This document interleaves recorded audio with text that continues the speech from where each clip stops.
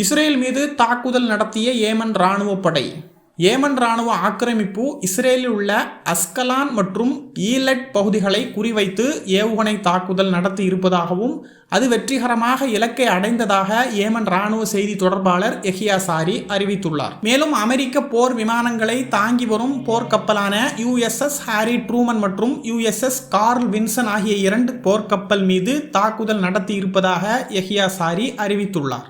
இந்த பகுதியில் USS Harry Truman என்ற போர்க்கப்பல் மட்டுமே இருந்தது. ஆனால் ஏமனின் தாக்குதலை எதிர்கொள்ள முடியாமல் பசிபிக் பெருங்கடலில் நிலைநிறுத்தப்பட்டு இருந்த USS கார்ல் வின்சன் அங்கிருந்து இங்கு ஏமன் மீது தாக்குதல் நடத்த கொண்டு வரப்பட்டுள்ளது. நெதன்யாகு பதவி விலக வலியுறுத்தி இஸ்ரேலில் போராட்டம். ஞாயிற்றுக்கிழமை காசா தொடர்பாக இஸ்ரேல் பிரதமர் பெஞ்சமின் நெதன்யாகு தலைமையில் முக்கிய ஆலோசனை கூட்டம் நடைபெற்றது. இந்த கூட்டத்தில் உள்நாட்டு உளவுத்துறையான ஷின் பெட்டின் தலைவர் ரோனான் பார் இல்லாமல் கூட்டம் நடத்தப்பட்டது. ரோனான் பார் நெதன்யாகு மீது சமீபத்தில் ஏராளமான குற்றச்சாட்டுகளை முன்வைத்து உச்சநீதிமன்றத்தில் அறிக்கை ஒன்றை தாக்கல் செய்திருந்தார். இந்த நிலையில் காசா தொடர்பான முக்கிய ஆலோசனை கூட்டத்தில் அவர் அழைக்கப்படவில்லை. இதை கண்டிக்கும் வகையில் இஸ்ரேலில் பெரும் போராட்டம் வெடித்துள்ளது.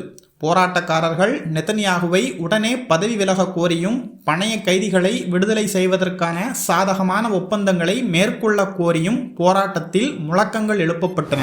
காசாவில் 15 மருத்துவ உதவியாளர்கள் கொலை செய்ததை ஒப்புக்கொண்ட இஸ்ரேல். காசாவில் உள்ள ரஃபா நகரில் மனிதநேய பணிகளை செய்து கொண்டிருந்த 15 மருத்துவ உதவியாளர்களை இஸ்ரேல் ஆக்கிரமிப்பு படை திட்டமிட்டு கொலை செய்தது. ஆம்புலன்ஸ் மற்றும் தீயணைப்பு வண்டிகளில் ரெஃப்ளெக்டர் யூனிஃபார்ம் உடையுடன் இருந்தும் அவர்களை இஸ்ரேல் கொலை செய்திருக்கிறது. மேலும் செய்த தவறை மறைப்பதற்காக அவர்கள் அனைவரை உடலையும் மறைத்துவிட்டு அவர்கள் சென்ற ஆம்புலன்ஸ் மற்றும் தீயணைப்பு வாகனங்களை முற்றிலுமாக அழித்து அடையாளங்களை மறைத்துள்ளது. இந்த சம்பவம் உலக அளவில் மிகப்பெரிய சர்ச்சையை ஏற்படுத்திய நிலையில் முதலில் இதை மறுத்து வந்த இஸ்ரேல் தற்பொழுது அது தெரியாமல் நடந்த தவறு, இரவு நேரத்தில் சரியாக கண் பார்வை இல்லாததால் அவர்கள் மீது துப்பாக்கிச் சூடு நடத்தப்பட்டதாகவும் உத்தரவுகளை மீறி அவர்கள் புதைக்கப்பட்டார்கள் என்று இஸ்ரேல் புது விளக்கத்தை கொடுத்திருக்கிறது. இஸ்ரேலுக்கு ஆயுத உதிரி பாகங்களை சுமந்து வந்த அமெரிக்க கப்பல் மொரோக்கோ எல்லையை பயன்படுத்தக்கூடாது என்று போராட்டம் நடத்திய மொரோக்கோ மக்கள் அமெரிக்காவில் இருந்து F-35 போர் விமானத்தின் உதிரி பாகங்களை டென்மார்க்கை சேர்ந்த பிரம்மாண்டமான மெர்சாக் கப்பலில் இஸ்ரேலுக்கு கொண்டு செல்ல திட்டமிட்டிருப்பதாகவும் அது மொரோக்கோவில் உள்ள துறைமுகத்தில் இடைநிறுத்தம் செய்யப்பட்டு மீண்டும் இஸ்ரேலுக்கு புறப்பட்டு செல்லும் வகையில் திட்டமிட்டிருந்தது. இதை அறிந்த மொரோக்கோ மக்கள் அந்த கப்பல் மொரோக்கோ துறைமுகத்திற்கு வரக்கூடாது என்று பிரம்மாண்ட போராட்டம் நடத்தியுள்ளனர். சியோனிஸ்டுகள் ஆயுத கடத்தல் செய்ய மொரோக்கோவை பயன்படுத்தக்கூடாது என்ற வாசகங்களை பொறித்த பேனர்களுடன் மொரோக்கோ மக்கள் போராட்டம் நடத்தியுள்ளனர். முன்னதாக டென்மார்க் இஸ்ரேலுக்கு எந்தவித ஆயுத உதவியும் செய்யாது என்று கூறியிருந்தது குறிப்பிடத்தக்கது.